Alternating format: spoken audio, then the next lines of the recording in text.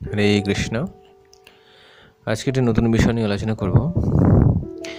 একটি প্রশ্নের উত্তর দেব আজ।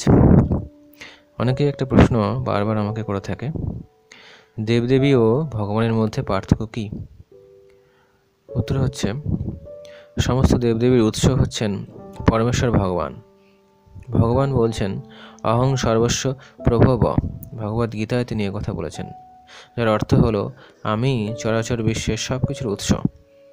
ভগবান আরও উল্লেখ করেছেন, প্রজাপতি, রুদ্র এবং অন্য সকলকেই আমি সৃষ্টি করেছি, যদিও তারা তা জানে না, কারণ তারা আমার মায়া শক্তির দ্বারা বিমোহিত। ভগবানকে বলা হয় অসমর্থ, অর্থাৎ কেউই তার সমান নয়, কেউই তার ঊর্ধ্বেও নয়। ভগবান হচ্ছেন পরম নিয়ন্তা, সমস্ত দেবদেবী তাঁর অধীন ভৃত্যমাত্র। দেবদেবীরা বিশেষ বিশেষ ক্ষমতার অধিকারী, কিন্তু সমস্ত ক্ষমতার উৎস স্বয়ং ভগবান। ভগবানই তাদের সেই ক্ষমতা দিয়েছেন। দেবদেবীরা প্রত্যেকেই ভগবানের কৃপার উপর নির্ভরশীল। প্রজাপতি ব্রহ্মা মহাদেব সর্বদাই ভগবান শ্রীহরির আরাধনা করেন। জন্ম মৃত্যুর ভবচক্র থেকে চিরমুক্তি একমাত্র ভগবানই দিতে পারেন, কোনো দেবদেবী তা দিতে পারেন না। জড় অনিত্য বস্তু লাভের উদ্দেশ্যে লোকে দেবদেবীর আরাধনা করেন। শ্রী অর্জুনকে ভগবান বলছেন, সর্বধর্মান পরিত্যাজ্যং মাম একং শরণং ব্রজ। সব রকম ধর্ম বাদ দিয়ে একমাত্র আমার শরণাপন্ন হও।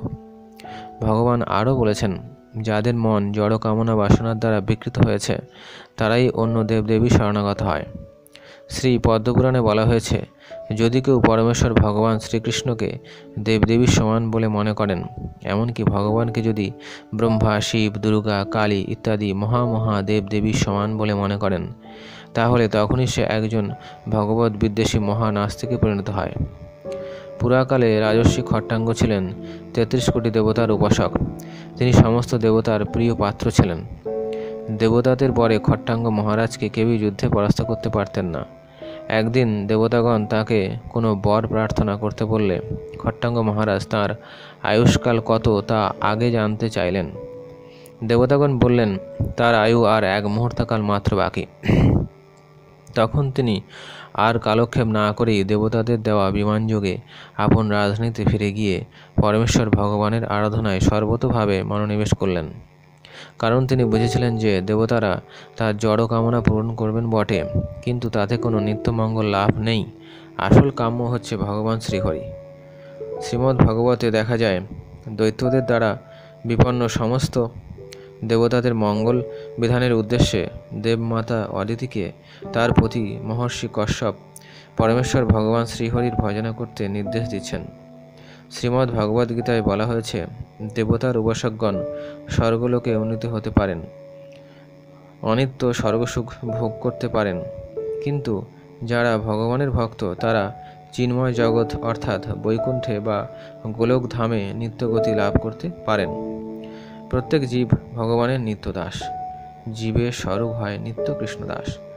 যতক্ষণ পর্যন্ত জীব তার এই নিত্য স্বরূপ উপলব্ধি করতে না পারছে, যতক্ষণ পর্যন্ত জীব সচ্চিদানন্দময় পরমেশ্বর ভগবান শ্রীহরিকে না জানছে, ততক্ষণ তাকে নানা যোনি ভ্রমণ করে দুঃখময় ভব সংসারে পতিত হতে হবে।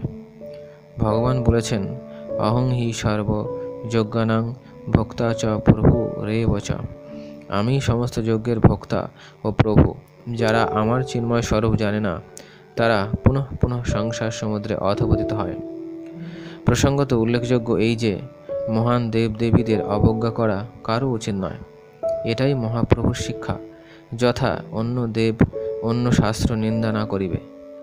পরম আরাধ্য পরমেশ্বর ভগবানের দাসদাসী হিসাবে তাদের শ্রদ্ধা করা উচিত। ব্রহ্মা শিবাদি পরম বৈষ্ণবদের চরণে অপরাধ করলে হরিভক্তি নষ্ট হয়, কারণ তারা সর্বদা শ্রীহরির আরাধনায় ব্যাপৃত। সর্বব্যাপী সর্ব অন্তর্যামী পরমেশ্বর ভগবানকে প্রতিনিয়ত কায় মনোবাক্যে আরাধনা করাই ভক্তের লক্ষণ। হরে কৃষ্ণা, হরি বল।